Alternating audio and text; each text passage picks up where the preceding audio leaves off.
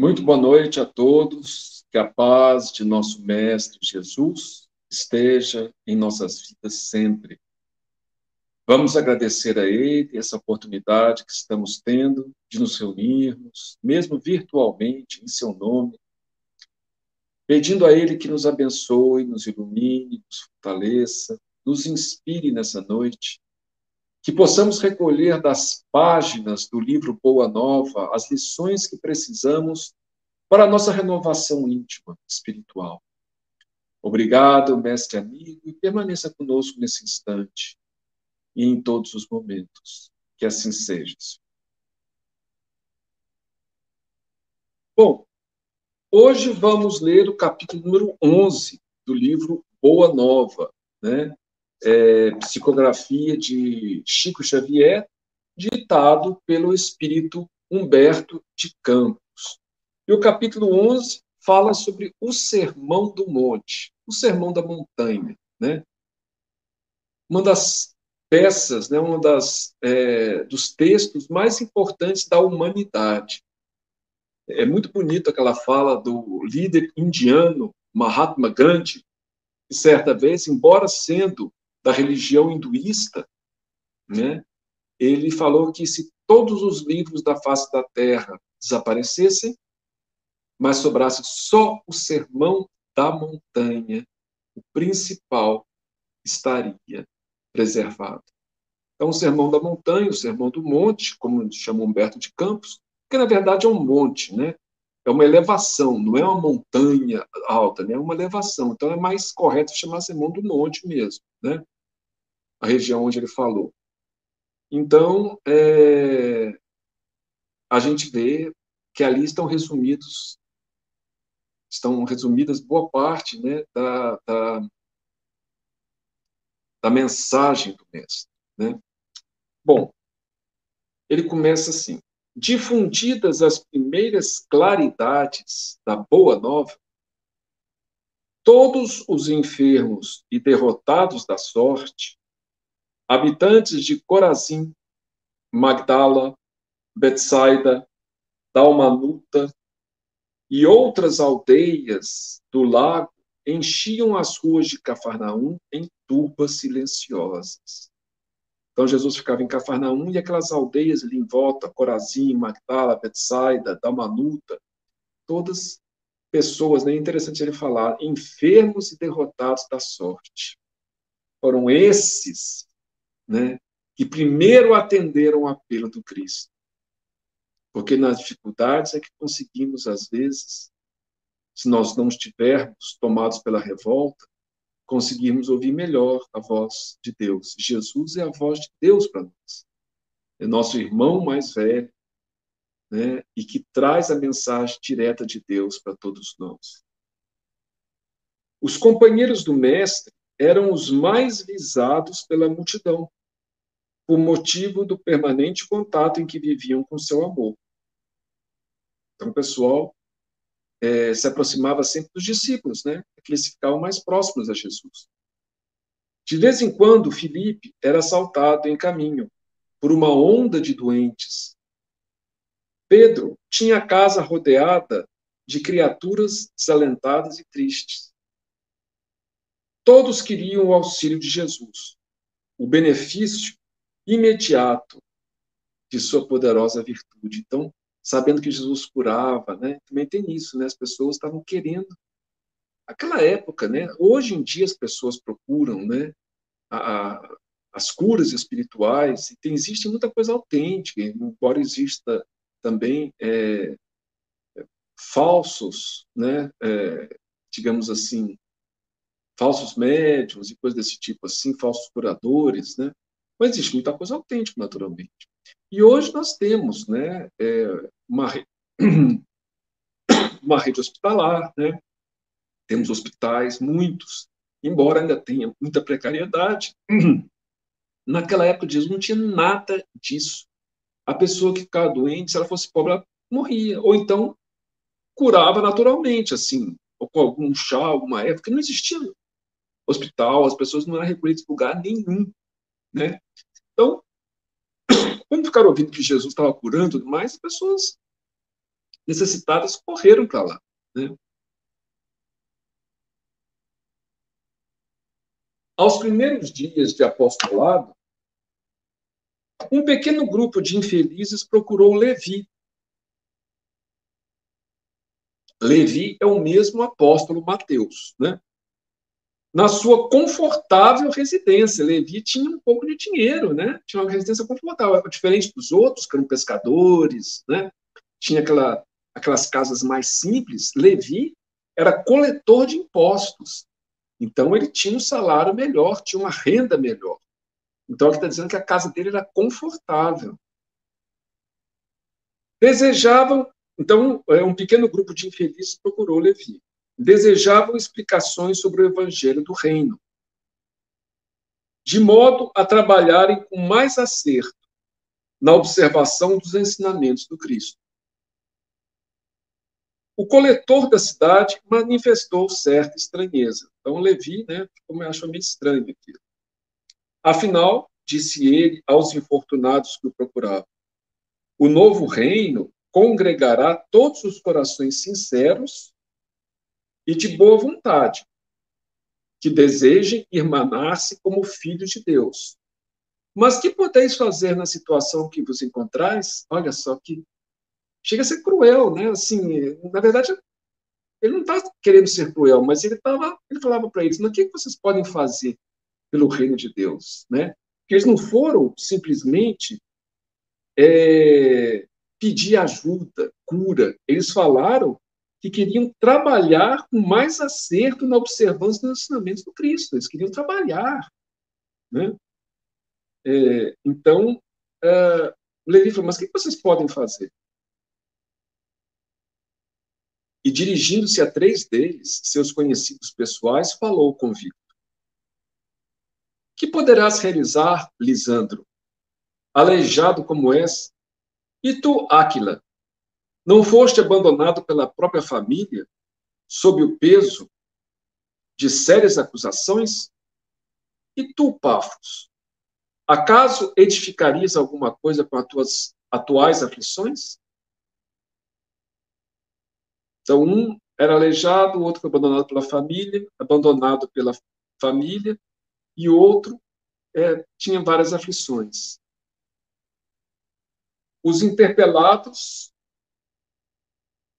entreolharam-se cabisbaixos, humilhados. Somente então chegavam a reconhecer as suas penosas deficiências. A palavra rude de Levi os despertara. Tomara-os uma dor sem limites. Jesus dissera, nas suas pregações carinhosas, que seu amor viera buscar todos os que se encontrassem em tristeza e em angústias. Quando o mestre chegara, haviam experimentado a restauração de todas as energias. Então, quando eles viram Jesus, eles sentiram com mais energia, com mais entusiasmo. Jubilosos, guardavam as suas promessas relativamente ao Pai justo e bom, que amava os filhos mais infelizes. Porque essas pessoas eram desprezadas pelos próprios religiosos da época, né?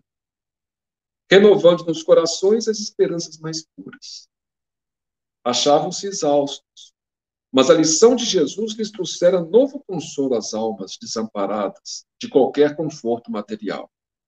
Queriam ser de Deus, vibrar com a exaltação das promessas do Cristo. Porém, a palavra de Levi novamente os arrojara à condição degitosa. Então, eles acharam que estava melhorando, que a situação...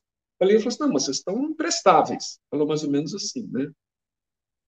O grupo de pobres infortunados retirou-se em desalento. No entanto, o mestre pregaria no monte aquela tarde. E quem sabe ministraria os ensinamentos de que necessitavam. Então, isso aqui tem uma lição interessante.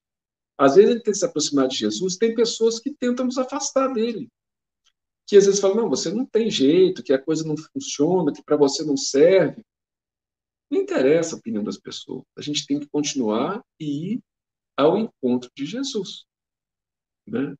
Quem sabe se ele não tem algo melhor para a gente do que as pessoas. E aqui estamos falando de pessoas, né, no caso do Levi, pessoas que eram discípulos diretos dele, né? Então, naquele mesmo momento, eles foram para o monte, sabendo que Jesus ia falar lá. Decorridos alguns instantes, Jesus, em companhia de André, irmão de Simão Pedro, né, deu entrada em casa de Levi, onde se puseram os três em animada palestra. Então, eles saíram, né, foram lá para o monte para esperar Jesus falar. Mas Jesus entrou ali na casa de Levi, junto com André. Então, o monte ficava ali perto, ingenuamente, a sorrir ingenuamente. Então, ele sorriu de forma ingênua, achando que estava certo o que ele falou. Relatou a ocorrência, terminando a sua exposição com essas palavras: que conseguiria o evangelho do reino com esses aleijados e mendigos?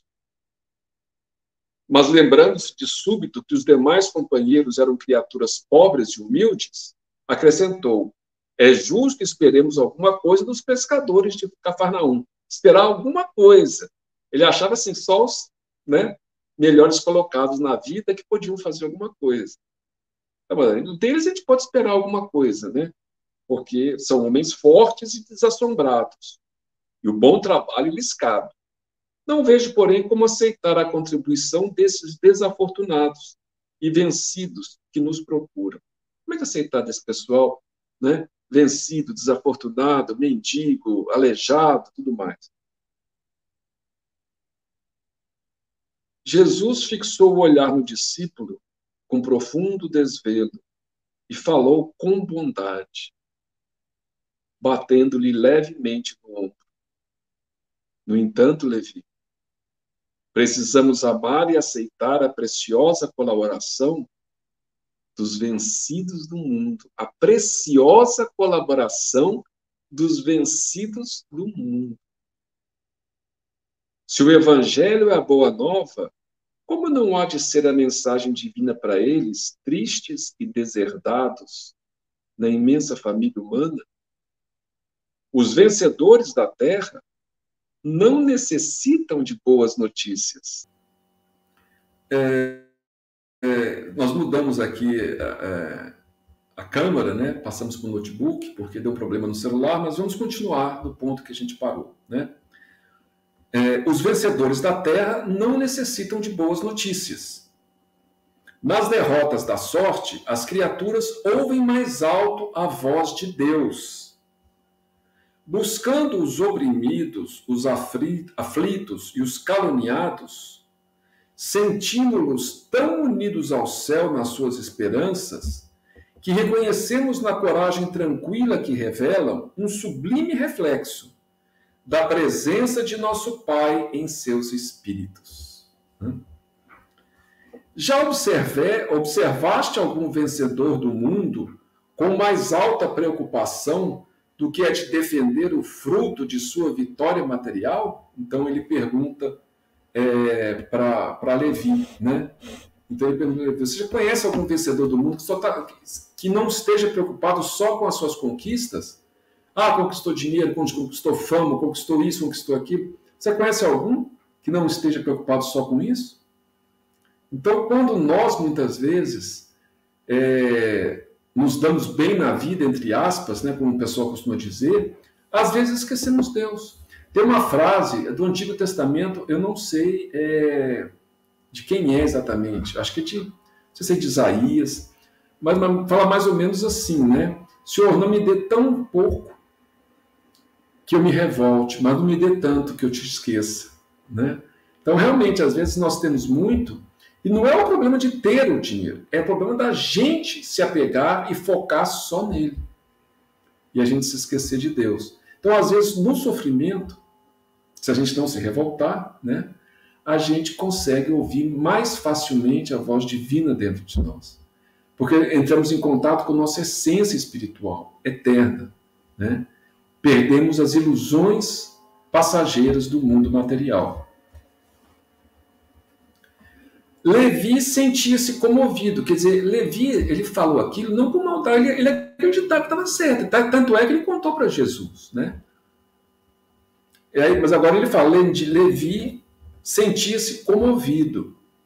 E aproveitando a pequena pausa que se fizera, exclamou, algo desapontado: Senhor, minhas observações partiram tão só do meu intenso desejo de apressar a supremacia do evangelho entre os que governam no mundo. Então ele queria aumentar, né, apressar a supremacia do evangelho entre os que governam no mundo. Olha só, esse foi o grande erro do cristianismo, né?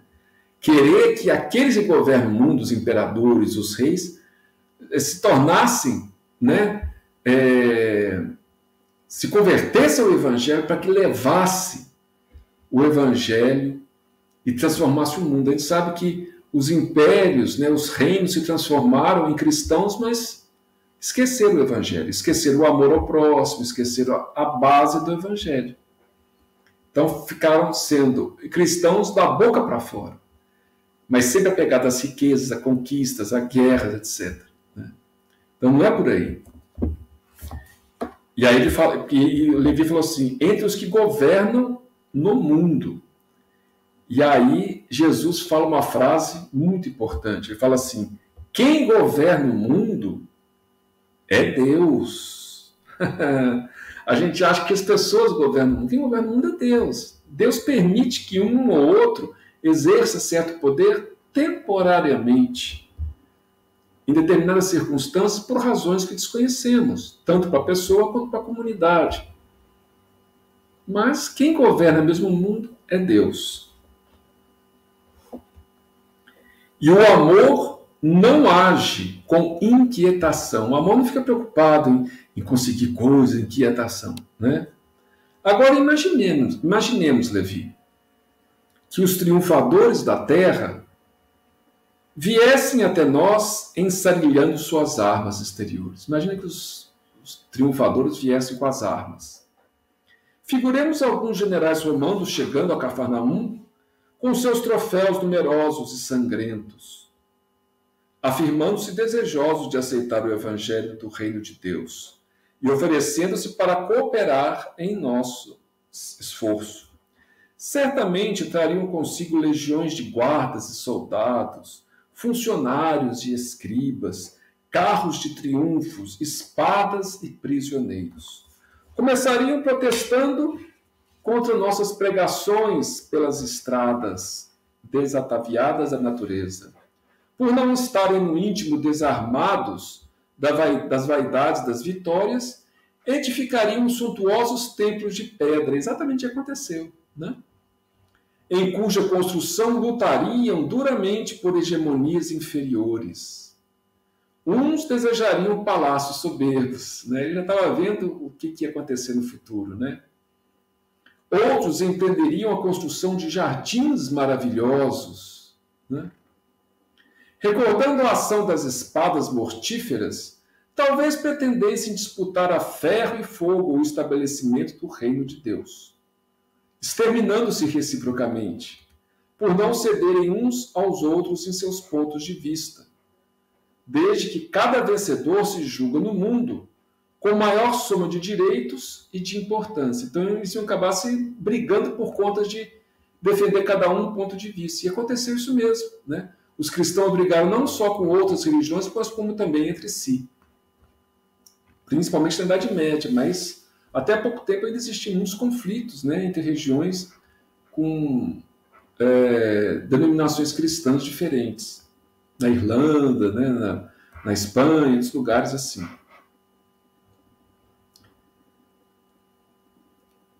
A pretexto de lutar em nome do céu, espalhariam possivelmente incêndios e devastações em toda a terra. Porque o soldado, né, o guerreiro, se ele não mudar o coração, ele acha que ele se torna cristão da boca para fora, mas ele continua um guerreiro por dentro. Então, antes ele lutava por uma coisa, agora vai lutar por outra, mas vai continuar brigando, matando, conquistando, né? Porque ele não mudou por dentro. E seria justo, Levi, trabalhássemos por cumprir a vontade de nosso Pai, aniquilando seus filhos, nossos irmãos? O apóstolo o ouvia assombrado, em face da profundeza de sua argumentação. O mestre continuou. Até que a esponja do tempo absorva as imperfeições terrestres, diante de séculos de experiência necessária, os triunfadores do mundo são pobres seres que caminham por entre tenebrosos abismos. É imprescindível, pois, atentemos na alma branda e humilde dos vencidos. Para os seus corações, Deus carrega bênçãos de infinita bondade. Esses quebraram os elos mais fortes que os acorrentavam às ilusões e marcham para o infinito do amor e da sabedoria. O leito de dor, a exclusão de todas as facilidades da vida, a incompreensão dos mais amados, as chagas e as cicatrizes do espírito, são luzes que Deus acende na noite sombria das criaturas. Olha só. O que a gente acha que são coisas ruins são luzes para o espírito acordar. Levi, é necessário amemos intensamente os desafortunados do mundo. Suas almas são a terra fecundada pelo adubo das lágrimas e das esperanças mais ardentes, onde as sementes do Evangelho desabrocharão para a luz da vida. Eles saíram das convenções nefastas e dos enganos do caminho terrestre, e bendizem do nosso Pai como sentenciados que experimentassem no primeiro dia de liberdade o clarão reconfortante do sol amigo e radioso que os seus corações haviam perdido. É também sobre os vencidos da sorte, sobre os que suspiram por um ideal mais santo e mais puro do que as vitórias fáceis da terra, que o Evangelho assentará suas bases divinas, sobre os vencidos da sorte e aqueles que suspiram por um ideal mais puro e mais santo, que o Evangelho assentará é no coração do homem. E o coração mais bem preparado, como diz na parábola do semeador, é aquele que passou por dificuldades, por desilusões, quer dizer, perdeu ilusões e está mais aberto a conhecer a verdade. André e Levi escutavam de olhos úmidos os conceitos do Senhor, cheio de sublimada emoção. Nesse ínterim, chegaram Tiago, João e Pedro, e todo o grupo se dirigiu alegre para um dos montes próximos. O crepúsculo descia num deslumbramento de ouro e brisas cariciosas. Ao longo de toda a encosta acotovelava-se a turba imensa.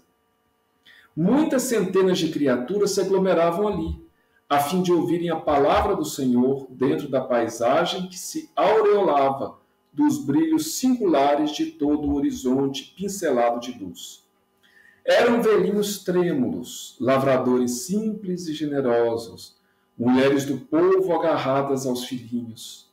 Entre os mais fortes e sadios, viam-se cegos e crianças doentes, homens maltrapilhos exibindo as verminas que lhes corroíam as mãos e os pés.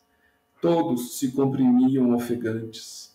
Ante os seus olhares felizes, a figura do mestre surgiu na eminência enfeitada de verdura, onde perpassavam brandamente os ventos amigos da tarde, deixando perceber que se dirigia aos vencidos e sofredores do mundo inteiro, e como que esclarecendo o espírito de Levi, que representava a aristocracia intelectual entre os seus discípulos, na sua qualidade de cobrador dos tributos populares, Jesus pela primeira vez pregou as bem-aventuranças celestiais. Sua voz caía como bálsamo eterno sobre os corações desditosos. Bem-aventurados os pobres e os aflitos. Bem-aventurados os sedentos de justiça e misericórdia. Bem-aventurados os pacíficos e os simples de coração. Por muito tempo falou do reino de Deus, onde o amor edificaria maravilhas perenes e sublimadas. Suas promessas pareciam dirigidas ao incomensurável futuro humano. Do alto do monte soprava um vento leve, em deliciosas vagas de perfume. As brisas da Galileia se haviam impregnado da virtude poderosa e indestrutível daquelas palavras, e obedecendo a uma determinação superior, iam espalhar-se entre todos os aflitos da terra. Quando Jesus terminou a sua alocução, algumas estrelas já brilhavam no firmamento, como radiosas bênçãos divinas.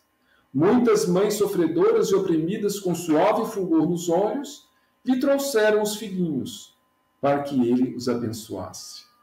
Anciães de frontes nevadas pelos invernos da vida lhe beijavam as mãos. Cegos e leprosos rodeavam-no com semblante sorridente e diziam: Bendito seja o Filho de Deus. Jesus acolhia-o satisfeito, enviando a todos o sorriso de sua afeição. Levi sentiu que naquele crepúsculo inovidável uma emoção diferente lhe dominava a alma. Havia compreendido os que abandonam as ilusões do mundo para se elevarem a Deus. Observando as filas dos humildes populares que se retiravam, tomados de imenso conforto, o discípulo percebeu que os pobres amigos que o visitaram à tarde desciam o monte, abraçados, com uma expressão de grande ventura, como se os animasse um júbilo sem limite. O coletor de Cafarnaum aproximou-se e o saudou transbordante de alegria, compreendendo que o ensino do Mestre em toda a sua luz abrangia o porvir infinito do mundo. Grande esperança e indefinível paz lhe haviam penetrado o âmago do ser.